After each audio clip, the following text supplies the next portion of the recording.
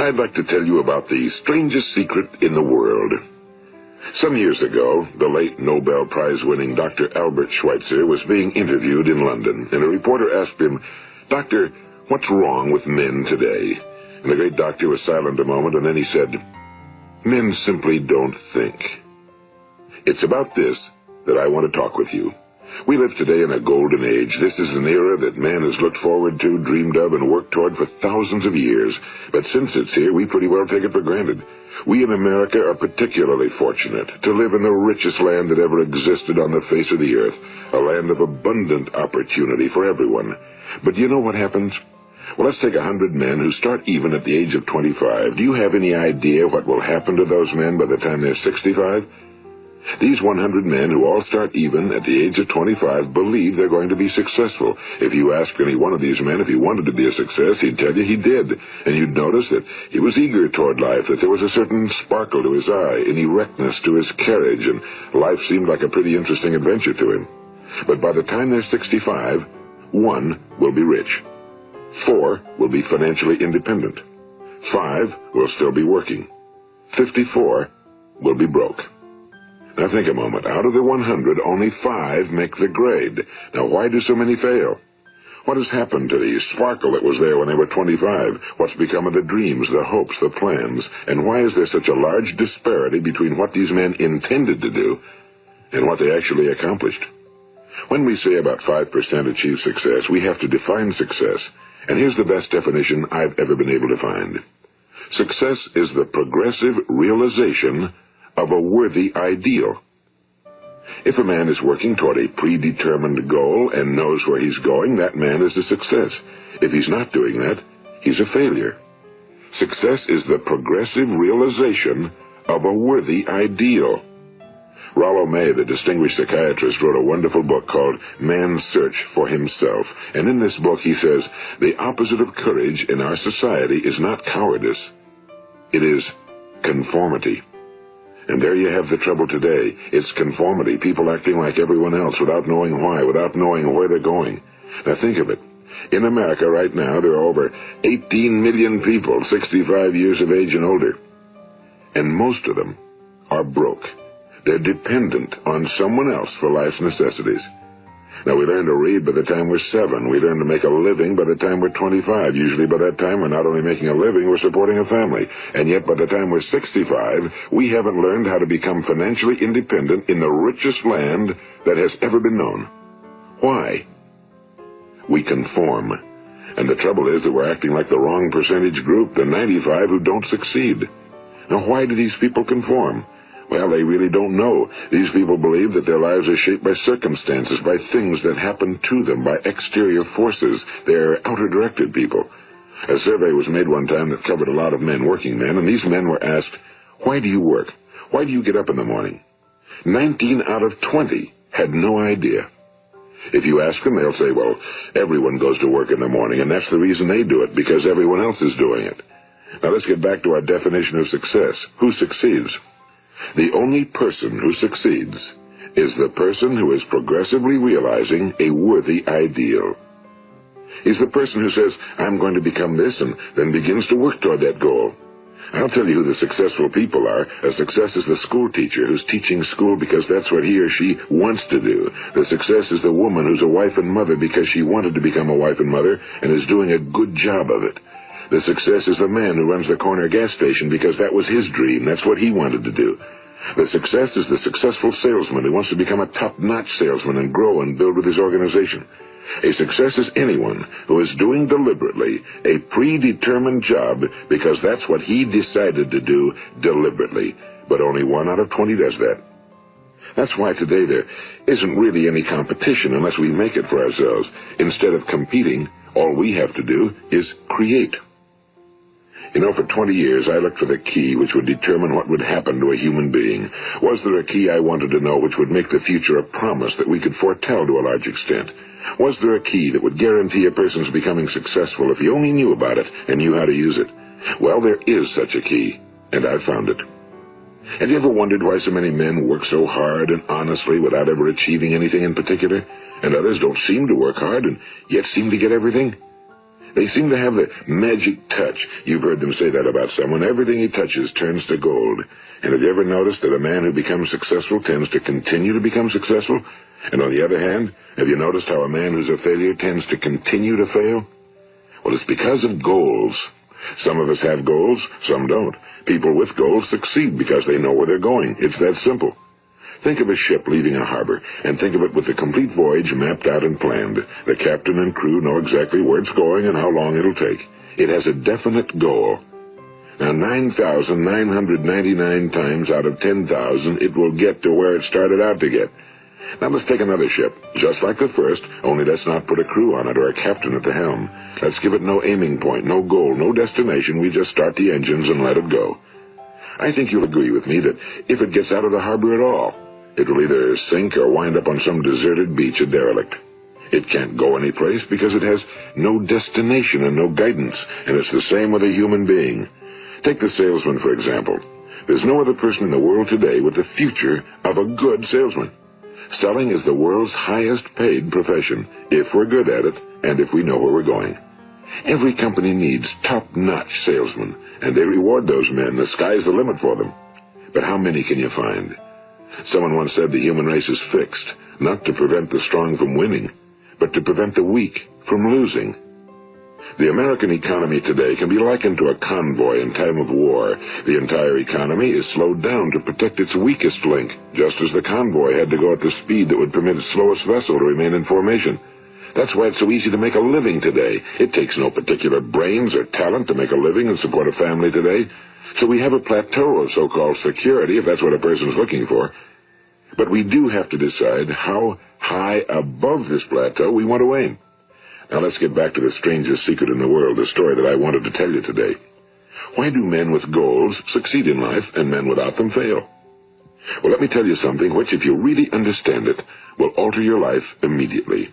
If you understand completely what I'm going to tell you from this moment on, your life will never be the same again. You will suddenly find that good luck just seems to be attracted to you. The things you want just seem to fall in line, and from now on you won't have the problems, the worries, the gnawing lump of anxiety that perhaps you've experienced before. Doubt, fear, well, they'll be things of the past. Here's the key to success and the key to failure. We become what we think about. Now let me say that again.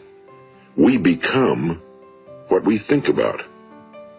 Throughout all history, the great wise men and teachers, philosophers and prophets have disagreed with one another on many different things. It's only on this one point that they are in complete and unanimous agreement. Listen to what Marcus Aurelius, the great Roman emperor, said. A man's life is what his thoughts make of it. Disraeli said this. Everything comes if a man will only wait. I've brought myself by long meditation to the conviction that a human being with a settled purpose must accomplish it, and that nothing can resist a will that will stake even existence for its fulfillment. Ralph Waldo Emerson said this, a man is what he thinks about all day long. William James said, the greatest discovery of my generation is that human beings can alter their lives by altering their attitudes of mind.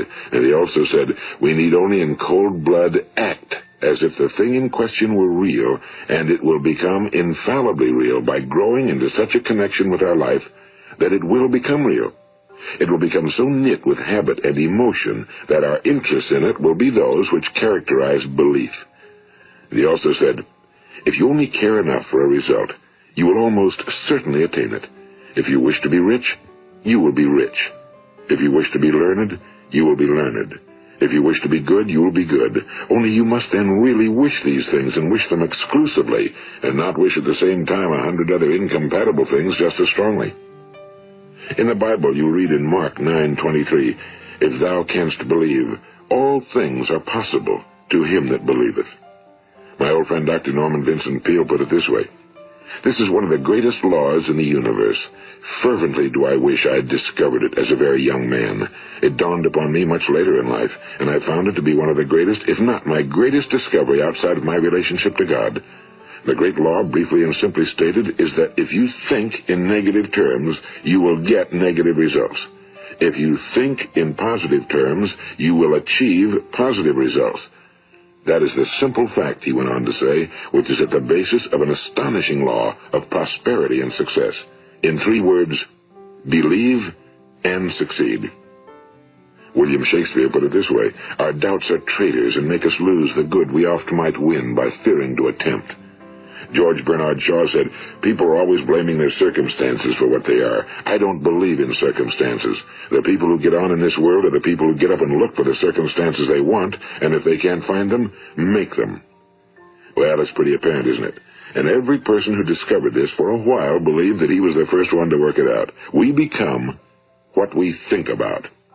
Now, it stands to reason that a person who's thinking about a concrete and worthwhile goal is going to reach it, because that's what he's thinking about, and we become what we think about. Conversely, the man who has no goal, who doesn't know where he's going, and whose thoughts must therefore be thoughts of confusion and anxiety and fear and worry, becomes what he thinks about. His life becomes one of frustration and fear and anxiety and worry. And if he thinks about nothing, he becomes nothing. Now, how does it work?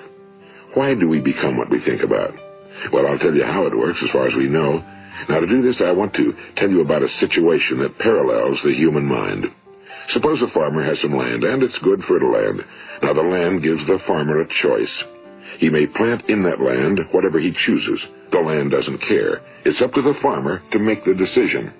Now, remember, we're comparing the human mind with the land because the mind, like the land, doesn't care what you plant in it. It will return what you plant, but it doesn't care what you plant. Now, let's say that the farmer has 2 seeds in his hand. One is a seed of corn. The other is nightshade, a deadly poison. He digs 2 little holes in the earth, and he plants both seeds, one corn, the other nightshade. He covers up the holes, waters, and takes care of the land, and what will happen? Invariably, the land will return what's planted. As it's written in the Bible, as ye sow, so shall ye reap. Now remember, the land doesn't care. It'll return poison in just as wonderful abundance as it will corn. So up come the 2 plants, one corn, one poison. Now, the human mind is far more fertile, far more incredible and mysterious than the land, but it works the same way. It doesn't care what we plant. Success, failure. A concrete, worthwhile goal, or confusion. Misunderstanding, fear, anxiety, and so on. But what we plant, it must return to us. You see, the human mind is the last great unexplored continent on Earth. It contains riches beyond our wildest dreams. It will return anything we want to plant. Now, you might say, well, if that's true, why don't people use their minds more? Well, I think they figured out an answer to that one, too. Our mind comes as standard equipment at birth. It's free, and things that are given to us for nothing we place little value on. Things that we pay money for, we value. The paradox is that exactly the reverse is true. Everything that's really worthwhile in life came to us free. Our minds, our souls, our bodies, our hopes, our dreams, our ambitions, our intelligence, our love of family and children and friends and country, all these priceless possessions are free. But the things that cost us money are actually very cheap and can be replaced at any time. A good man can be completely wiped out and make another fortune. He can do that several times. Even if our home burns down, we can rebuild it. But the things we got for nothing, we can never replace.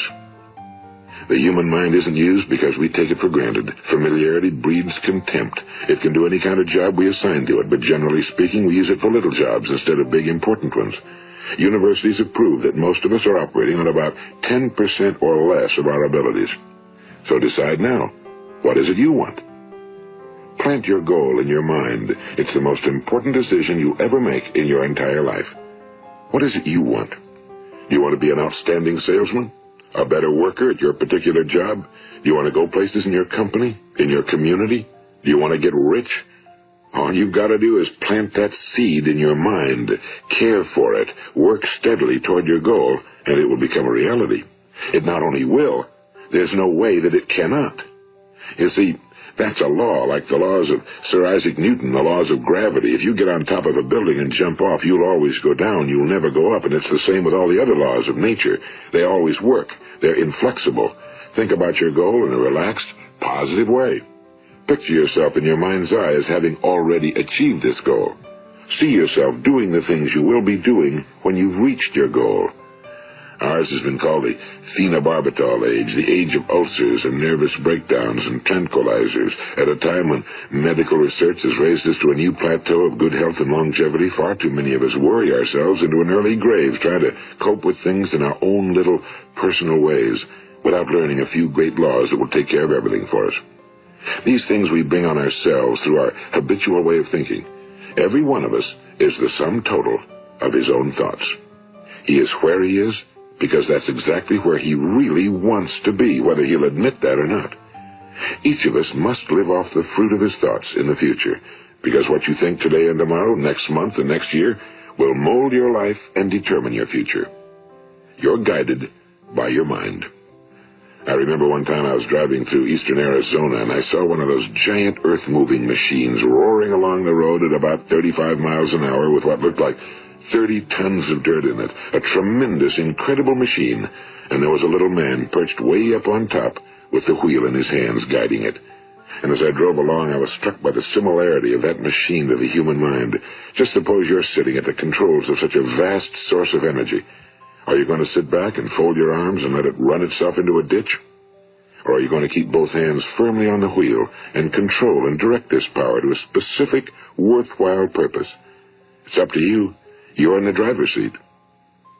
You see, the very law that gives us success is a two-edged sword.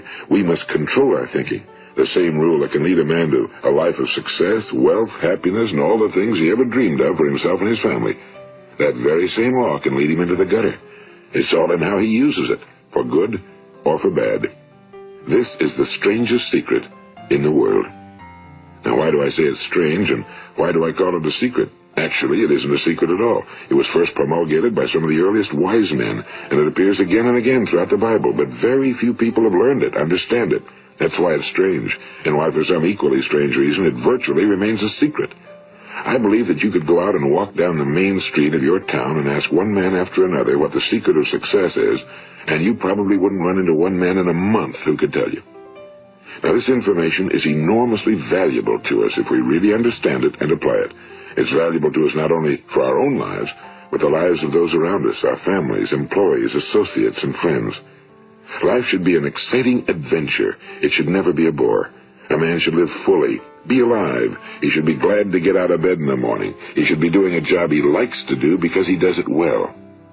One time I heard Grove Patterson, the great late editor-in-chief of the Toledo Daily Blade, make a speech, and as he concluded his speech, he said something I've never forgotten. He said, "My years in the newspaper business have convinced me of several things. Among them, that people are basically good, and that we came from someplace, and we're going someplace. So we should make our time here an exciting adventure. The architect of the universe didn't build a stairway leading nowhere." And the greatest teacher of all, the carpenter from the plains of Galilee, gave us the secret time and time again. As ye believe, so shall it be done unto you. I've explained the strangest secret in the world and how it works. Now, on this side, I want to explain how you can prove to yourself the enormous returns possible in your own life by putting this secret to a practical test. I want you to make a test that will last 30 days. It isn't going to be easy, but if you'll give it a good try, it will completely change your life for the better. Now, back in the 17th century, Sir Isaac Newton, the English mathematician and natural philosopher, gave us some natural laws of physics which apply as much to human beings as they do to the movement of bodies in the universe. And one of these laws is that for every action, there is an equal and opposite reaction. Simply stated, as it applies to you and me, it means we can achieve nothing without paying the price. The results of your 30-day experiment will be in direct proportion to the effort you put forth. To be a doctor, you must pay the price of long years of difficult study. To be successful in selling, and remember that each of us succeeds to the extent of his ability to sell. Selling our families on our ideas, selling education in schools, selling our children on the advantages of living the good and honest life, selling our associates and employees on the importance of being exceptional people. To, of course, the profession of selling itself. But to be successful in selling our way to the good life, we must be willing to pay the price. Now, what is that price? Well, it's many things. First, it's understanding emotionally, as well as intellectually, that we literally become what we think about, that we must control our thoughts if we're to control our lives. It's understanding fully that as ye sow, so shall ye reap. Second, it's cutting away all fetters from the mind and permitting it to soar as it was divinely designed to do. It's the realization that your limitations are self-imposed and that the opportunities for you today are enormous beyond belief. It's rising above narrow-minded pettiness and prejudice. And third, it's using all your courage to force yourself to think positively on your own problem, to set a definite and clearly defined goal for yourself, to let your marvelous mind think about your goal from all possible angles, to let your imagination speculate freely upon many different possible solutions, to refuse to believe that there are any circumstances sufficiently strong to defeat you in the accomplishment of your purpose, to act promptly and decisively when your course is clear, and to keep constantly aware of the fact that you are, at this moment, standing in the middle of your own acres of diamonds, as Russell Conwell used to point out. And fourth, save at least 10% of every dollar you earn. It's also remembering that no matter what your present job, it has enormous possibilities if you're willing to pay the price. Now let's just go over the important points in the price each of us must pay to achieve the wonderful life that can be ours. It is, of course, worth any price. 1. You will become what you think about. 2. Remember the word imagination and let your mind begin to soar. 3. Courage. Concentrate on your goal every day. 4. Save 10% of what you earn. And 5. Action. Ideas are worthless unless we act on them. Now, I'll try to outline the 30-day test I want you to make. Keep in mind that you have nothing to lose by making this test and everything you could possibly want to gain. There are two things that may be said of everyone. Each of us wants something, and each of us is afraid of something. I want you to write on a card what it is you want more than anything else. It may be more money. Perhaps you'd like to double your income or make a specific amount of money. It may be a beautiful home. It may be success at your job. It may be a particular position in life. It could be a more harmonious family. Each of us wants something. Now write down on your card specifically what it is you want. Make sure it's a single goal and clearly defined. You needn't show it to anyone, but carry it with you so that you can look at it several times a day. Think about it in a cheerful, relaxed, positive way each morning when you get up, and immediately you have something to work for, something to get out of bed for, something to live for. Look at it every chance you get during the day and just before going to bed at night. And as you look at it, remember that you must become what you think about, and since you're thinking about your goal, you realize that soon it will be yours. In fact, it's yours really the moment you write it down and begin to think about it. Look at the abundance all around you as you go about your daily business. You have as much right to this abundance as any other living creature. It's yours for the asking. Now we come to the difficult part. Difficult because it means the formation of what is probably a brand new habit, and new habits are not easily formed. Once formed, however, it will follow you for the rest of your life. Stop thinking about what it is you fear. Each time a fearful or negative thought comes into your consciousness, replace it with a mental picture of your positive and worthwhile goal. And there will come times when you'll feel like giving up. It's easier for a human being to think negatively than positively. That's why only 5% are successful. You must begin now to place yourself in that group. For 30 days, you must take control of your mind. It will think about only what you permit it to think about. Each day for this 30-day test, do more than you have to do. In addition to maintaining a cheerful, positive outlook, give of yourself more than you've ever done before. Do this knowing that your returns in life must be in direct proportion to what you give. The moment you decide on a goal to work toward, you're immediately a successful person. You are then in that rare and successful category of people who know where they're going. Out of every 100 people, you belong to the top 5. Don't concern yourself too much with how you're going to achieve your goal. Leave that completely to a power greater than yourself. All you have to do is know where you're going. The answers will come to you of their own accord and at the right time. Remember these words from the Sermon on the Mount, and remember them well. Keep them constantly before you this month of your test. Ask, and it shall be given you. Seek, and ye shall find. Knock, and it shall be opened unto you. For every one that asketh receiveth, and he that seeketh findeth, and to him that knocketh it shall be opened. It's as marvelous and as simple as that. In fact, it's so simple that in our seemingly complicated world, it's difficult for an adult to understand that all he needs is a purpose and faith. For 30 days, Do your very best. If you're a salesman, go at it as you've never done before, not in a hectic fashion, but with the calm, cheerful assurance that time well spent will give you the abundance in return you deserve and want. If you're a homemaker, devote your 30-day test to completely giving of yourself without thinking about receiving anything in return, and you'll be amazed at the difference it makes in your life. No matter what your job, do it as you've never done it before for 30 days. And if you've kept your goal before you every day, you'll wonder and marvel at this new life you've found. Dorothea Brand, the outstanding editor and writer, discovered it for herself and tells about it in her fine book, Wake Up and Live. Her entire philosophy is reduced to the words, act as though it were impossible to fail. She made her own test with sincerity and faith, and her entire life was changed to one of overwhelming success. Now, you make your test for 30 full days. Don't start your test until you've made up your mind to stick with it. You see, by being persistent, you're demonstrating faith. Persistence is simply another word for faith. If you didn't have faith, you'd never persist.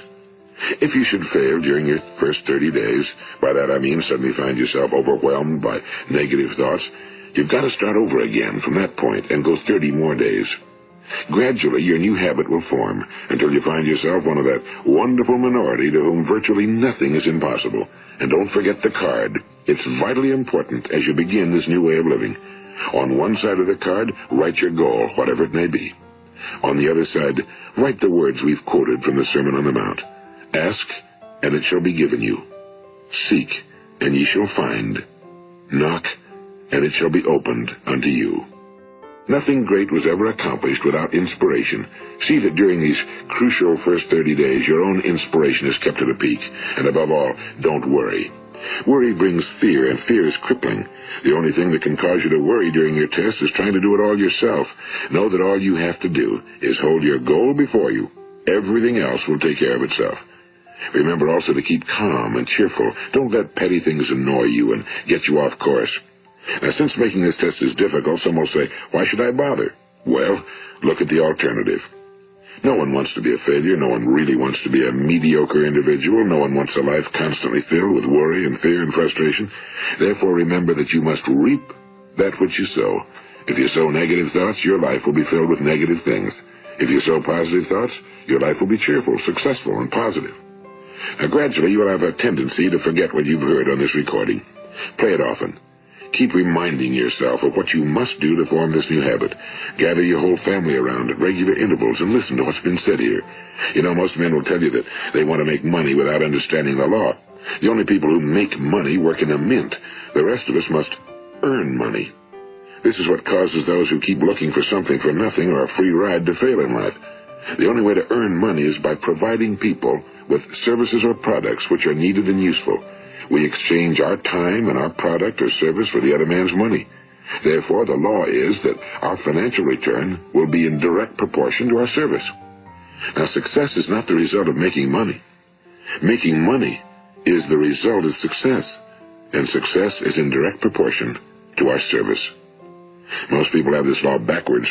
They believe that you're successful if you earn a lot of money. The truth is that you can only earn money after you're successful. It's like the story of the man who sat in front of the stove and said to it, give me heat, and then I'll add the wood. How many men and women do you know, or do you suppose there are today, who take the same attitude toward life? There are millions. We've got to put the fuel in before we can expect heat. Likewise, we've got to be of service first before we can expect money. Don't concern yourself with the money. Be of service. Build, work, dream, create. Do this and you'll find there's no limit to the prosperity and abundance that will come to you. Prosperity, you know, is founded upon a law of mutual exchange. Any person who contributes to prosperity must prosper in turn himself. Sometimes the return will not come from those you serve, but it must come to you from someplace, because that's the law. For every action, there is an equal and opposite reaction. As you go daily through your 30-day test period, remember that your success will always be measured by the quality and quantity of service you render, and money is a yardstick for measuring this service. No man can get rich himself unless he enriches others. Now, there are no exceptions to a law. You can drive down any street in America and from your car estimate the service that's being rendered by the people living on that street. Had you ever thought of this yardstick before? It's interesting. Some, like ministers and priests and other devoted people, measure their returns in the realm of the spiritual, but again, their returns are equal to their service. Once this law is fully understood, any thinking person can tell his own fortune. If he wants more, he must be of more service to those from whom he receives his return. If he wants less, he has only to reduce his service. This is the price you must pay for what you want. If you believe you can enrich yourself by deluding others, you can end only by deluding yourself. It may take some time, but just as surely as you breathe, you'll get back what you put out. Don't ever make the mistake of thinking you can avert this. It's impossible. The prisons and the streets where the lonely walk are filled with people who tried to make new laws just for themselves. We may avoid the laws of man for a while, but there are greater laws that cannot be broken. An outstanding medical doctor recently pointed out 6 steps that will help you realize success. 1. Set yourself a definite goal. 2. Quit running yourself down. 3. Stop thinking of all the reasons why you cannot be successful and instead think of all the reasons why you can. 4. Trace your attitudes back through your childhood and try to discover where you first got the idea you couldn't be successful, if that's the way you've been thinking. 5. Change the image you have of yourself by writing out a description of the person you would like to be. And 6. Act the part of the successful person you have decided to become. The doctor who wrote those words is a noted West Coast psychiatrist, Dr. David Harold Fink. Do what the experts since the dawn of recorded history have told you must do. Pay the price by becoming the person you want to become. It's not nearly as difficult as living unsuccessfully. Make your 30-day test, then repeat it again, and each time it will become more a part of you until you'll wonder how you could ever have lived any other way. Live this new way and the floodgates of abundance will open and pour over you more riches than you may have dreamed existed. Money? Yes, lots of it. But what's more important, you'll have peace. You'll be in that wonderful minority who lead calm, cheerful, successful lives. Start today. You have nothing to lose, but you have a whole life to win. This is Earl Nightingale, and thank you.